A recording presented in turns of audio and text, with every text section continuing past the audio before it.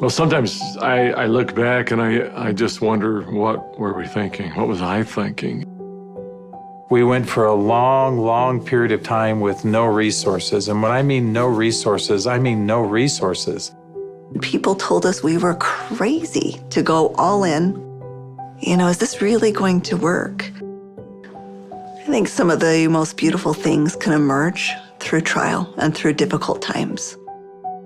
I had been a physician for a long period of time, and I'd had a patient who came to see me, and they would ask me, Dr. Hill, what do you think about the essential oils? And I made the mistake one time of saying, I think that's one of the craziest things I've ever heard. She looked me right in the eye and she said, I am so disappointed to hear that, because that's done more for me than you or any of your colleagues or anyone has ever done for me. And it intrigued me. And over time, I became more intrigued. I became involved with essential oils. And now for the last several decades, this is all that I have focused on and all that I have done. I remember when I first came into the essential oil industry, I thought they were voodoo oils. I thought they were really, really strange. It wasn't long before I started using oils on my kids, and I was amazed at what I was able to do and how it empowered me as a mom to take charge of my family's healthcare. So I was a huge skeptic. Parents were educators. My father was a professor of physics. So I just wasn't raised with anything but allopathic Western medicine. I learned over the years how effective they were and can be, especially if they're pure. After working 10 years in the essential oil industry, I found myself leaving for integrity purposes, because I knew that essential oils had to be pure. The desire of my heart was just to go home and raise my children. And I hadn't been home very long before my husband came to me and said, there's something more you're supposed to do. And as he said this to me, I actually was very angry with him, because my heart said, I want to be home with my kids. And he said, sweetheart, you're not listening. There is something you're supposed to do with Dave and Dr. Hill with these oils. And I said, what do you mean, these oils? I've tried all the essential oils out there. There's nothing that meets the quality standards our family needs to use for our health care. And he smiled at me and he said, I know. You're supposed to find them. Stop thinking with your head and start thinking with your heart. And it was in that moment that I knew. It all came together, and I had such a grand vision of going out and finding the world's most pure, most potent essential oils and educating mothers like me how to take charge of their health care. So it was in that moment, before fear took over, that I picked up the phone and I called Dave. And Emily Wright called me at the time and just said, what if we could go out and source the most pure essential oils on the planet and bring them to the world in a mainstream fashion? And he got really emotional. And Dave doesn't get emotional. And actually it was that right then and there, that was the genesis for me. And I just kind of felt strongly like, yeah, we're gonna start a company. So I hung up the phone with Dave, I picked up the phone and I called Dr. Hill. And as I called him, I still remember he kind of giggled. And I said, Doc, this isn't funny. I'm serious about this. What if we could go out and find these pure oils like we've always wanted to do? And what if we could educate people to really understand the power behind these oils? And he said, no, Emily, I'm not laughing because I think your idea is crazy. I'm laughing because I was just getting ready to call you and ask you the very same question. It started with an initial little small meeting in an Italian restaurant in the far corner, and we met for 5.5 hours until they finally kicked us out of the restaurant because we weren't buying food anymore. And we just started to dream. We would meet anywhere we could find some space to meet. And it was in some strange places. Of course, the basement of the Normal Library was one. We got too rambunctious and they finally kicked us out of the library. Sometimes it was in the basement of our homes. I remember not telling my kids, that I was unemployed and starting a new thing, but the dad was working on a project in the basement. As I did the business plan, I started to realize that this was going to be big. I just knew that with such a good team and product that had changed our lives, we felt like this was going to be significant.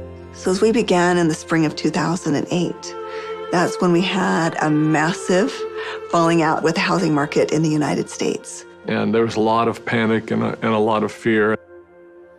We looked at starting this company. The first thing you think is, I got to raise money. I've got to get capital. And we set out to do that initially. And actually ended up, the four of us, back in New York City, visiting with some very high-profile people.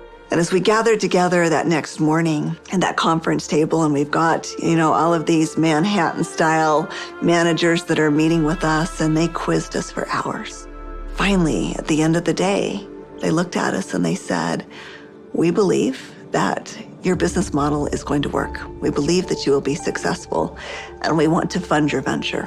We'll give you $5 million. And we all, of course, felt extremely elated. They were willing to fund the company, but of course they were interested in 51% and control. And I just remember the feeling we had as we walked away from that conference table. And the four of us found ourselves in front of the Statue of Liberty. And I remember looking across the water. Almost as if on cue, as I recall, we all just grew somewhat silent.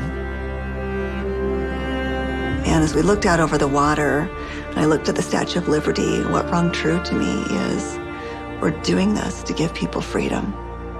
And if we take their money, we can't make people free. And we can't make this dream that we have a reality, because they'll never allow us to bring the quality of essential oils that we know we have to light. Because they'll be looking for an exit strategy, they'll be looking for a return on their investment, and that can't be part of the equation. I remember standing right next to Dave Sterling, and Dave looked at me and in kind of a somewhat shocking way, he asked me, "How much money do you have, Doc?" And I said, I don't know. And he said, "How much can you pull together?" And I said, "I don't know."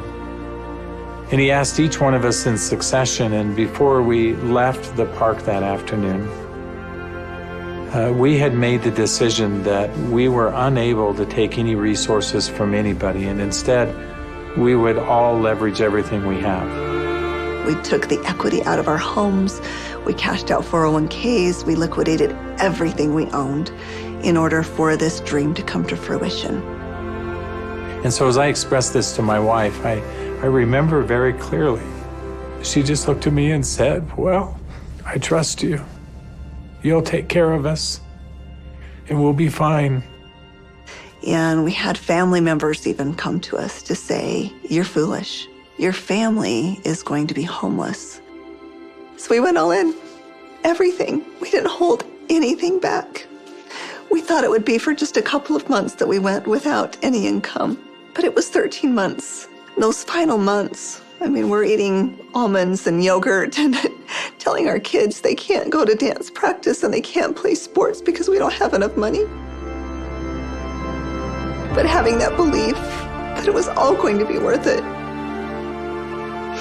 And I remember a day that we had $5,000 left in our account. $5,000 because we had just put together this big oil order. And we didn't know how we were going to make payroll. We didn't know how we were going to make commissions. And just to see how doors open every single time, as long as we continued to step forward, that doors open. People ask me sometimes, how are you guys able to do what you did? And, but everybody rolled their sleeves up and we did every job. We did this job, this job, this job. I was supposed to go out and find these precious oils. So I started calling people. Every single person would say, "Of course, our oils are 100% pure." And that's when I realized almost all essential oils that are sold out there are sold through brokers. These brokers were very smart people, often having very sophisticated labs, and the oils were almost always changed. Most were not pure, most were synthetically created. I had probably 100+ different samples that had been sent to my home. And every time we would meet, Dave, Dr. Hill would say, Emily, have you found the oils yet? I'd have to say, not yet. Like, are we going down the right path? Is this really what we're supposed to do? And I remember one beautiful day, I opened up my doorstep and 5 oils showed up all on the same day. It was frankincense, lavender, tea tree, lemon, and peppermint. As I smelled these bottles, I called up Dave and I called up Dr. Hill and I said, I found the oils. They said, don't you dare open them until we're all together. We knew that these oils were absolutely pure, and it gave us just enough confidence, just enough faith to continue stepping forward. I remember that first discussion we had. We talked about the culture of the company. What type of soul do we want doTERRA to have? And we realized that these oils are experiential. And we realized it had to be a person-to-person model. We had to bring people together. We've got to have a culture of giving back. We have to have a culture of caring.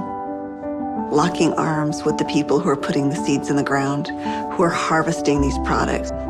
It's making sure that their needs are met. As I look back on it today with doTERRA, it's overwhelming to me to see the impact it is around the world. There's a lot of sacrifice, but again, those are days we look back on, with some pride. Sacrifice is a really important piece in setting the foundation. Today, we've empowered nearly 8 million families all around the globe. We're now filling 315,000 bottles of oil every single day. And just to think about it on that scale just warms my heart, knowing that every single bottle is changing somebody's life on both sides of the bottle. I think this work has such purpose. It's like, how can we stop? We have single-handedly changed the acceptance of essential oils in science and in medicine. We are so committed to this work. We are so humbled to be stewards of what nature has created so perfectly for us. And we're so grateful for all of our amazing employees, for all of our amazing wellness advocates, for all of our amazing customers all around the world. We haven't changed in our mission. We haven't changed in our purpose. We're still true to those things that very early on were important. If doing the right thing was important then, doing the right thing is important now. If helping and giving service to other people was important then, it's important now. If sourcing oils differently and doing what had not been done before was important then, it's important now. We feel like, as crazy as it sounds, we're still just beginning.